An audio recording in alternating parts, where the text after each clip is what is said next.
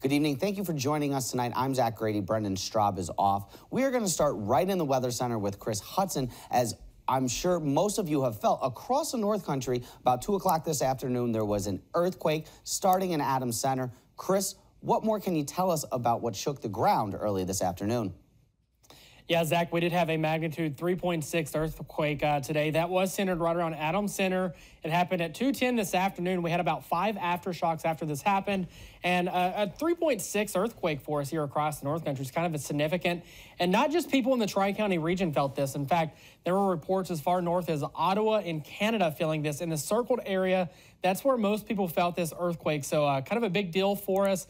You know what? There are earthquakes that happen here. Most of those do happen around Messina. Matter of fact, the strongest earthquake in New York State history happened not in Messina, but near Messina, and that was a magnitude 5.7. And of course, the one that we had today was a magnitude 3.6, which makes it the second strongest earthquake we've had in the Tri-County region in history. Chris, you mentioned that these don't happen all the time, but they aren't, rare to this area. In fact, we had one just a few days ago, about 10 days ago now, on April 14th, my apologies. How often can we expect to see this? Yeah, so we did have another earthquake that was a magnitude 2.6, and that happened at about 1:30 in the morning, April 14th. Woke up a lot of people. It was centered in the same exact area as this one.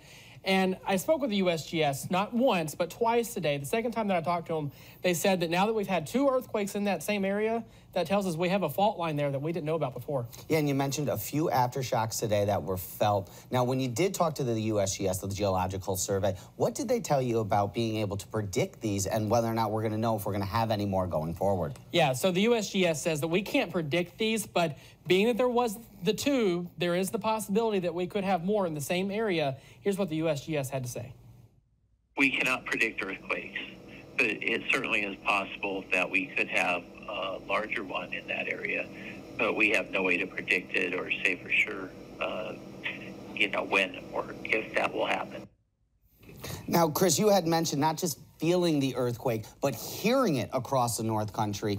Rob Mullen in Dexter, he sent in a comment through Facebook. He heard a loud sound, thought that a fuel tank blew up because of the loud boom. Right here in Winslow Street in the city of Watertown, Susan Burgess reports, really scary, sounded like her house was falling in. And near Fort Drum, Barb Connolly says it sounded like there were low-flying helicopters. She ran outside, saw nothing, and that's when she realized it was an earthquake. First, let's go to 7 News reporter Zach Grady live on Green Settlement Road, the center of all the recent earthquakes. Zach, how many have there been? Jeff, we're here on Green Settlement Road where up until 10 days ago, there had not been a recorded earthquake in documented history. Then on April 14th, a 2.6 magnitude earthquake hit. Yesterday, a second earthquake, this one measuring 3.6 magnitude hit, starting right here.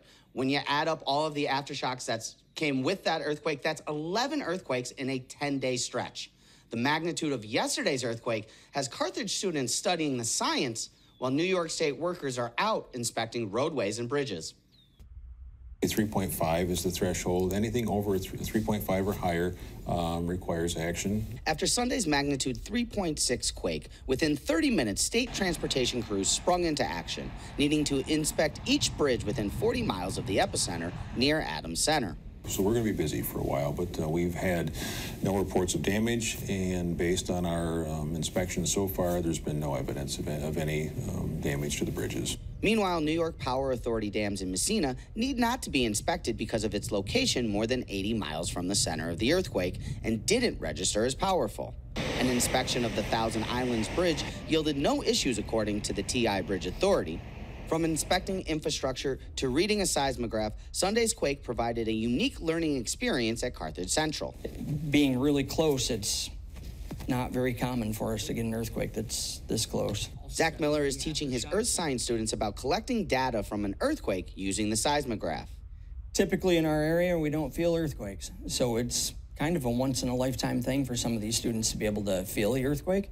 I think it's a really great opportunity to be able to learn with the things that we have, because in many places there aren't as many opportunities to do that. Sunday's 3.6 quake isn't the strongest one for the region. That one measured 5.7, centered east of Messina in 1944.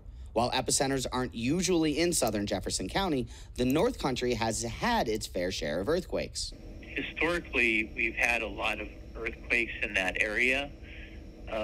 Since 1970, there's been approximately 79 earthquakes larger than magnitude 2.5 in that area. USGS tells us as well that there is no real way to determine if the shaking has stopped here on Green Settlement Road. In fact, finding fault lines here on the East Coast is actually more common than you would imagine.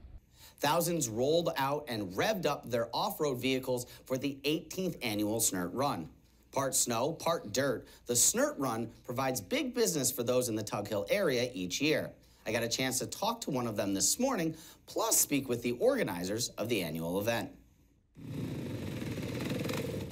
For the Tug Hill region, this will give everybody a shot in the arm that they need for the in-between off-season. Officials estimate more than 6,000 people came out for last year's part dirt, part snow ride known as the SNIRT Run. With organizers saying they think this year will be even bigger, businesses around Barnes Corners couldn't be more excited. How are you today? Good. I hope you have a great day and stay safe. Thank you. It's a huge financial impact. This weekend is, kind of carries you through till you get to, Memorial Day weekend and people start riding more and getting, camping in. The annual event is a kickoff to the spring riding season and a much-needed boost to Barnes Corners after a slow year for snowfall. With the lack of snow we had this year, the restaurants, the businesses, everybody's jumping on the bandwagon and partaking in.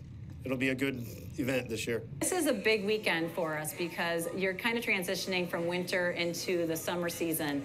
So this weekend is kind of a nice, bump in activity and everything for the whole hill. More than a dozen local businesses from across the county took part in Saturday's SNIRT Ride.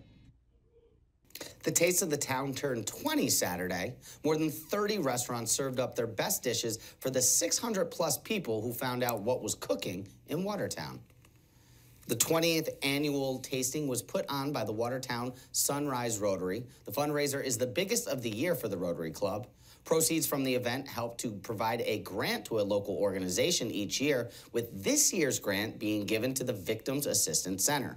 Organizers say attendance is up for both people attending and for the number of vendors participating.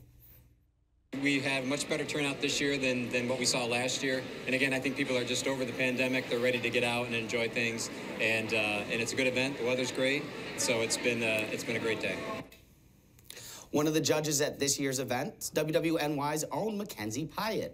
First-time participant Taste of the Philippines took home the top prize, winning both the Best Local category and the People's Choice Award. Rob, you took care of baseball, softball, lacrosse, but let's talk a little basketball and hockey. All right. When was the last time the Knicks, Rangers, Nets, Islanders, Devils, all the New York teams in the playoffs same year? 1996?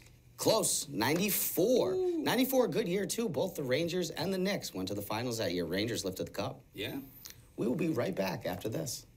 Chris, let's take one last look at the forecast here. Yeah, so tonight we're going to have a few rain showers moving through. Hopefully no more earthquakes tonight, but as far as going throughout this week, we are going to spend most of the week below average for us with a few rain showers here or there.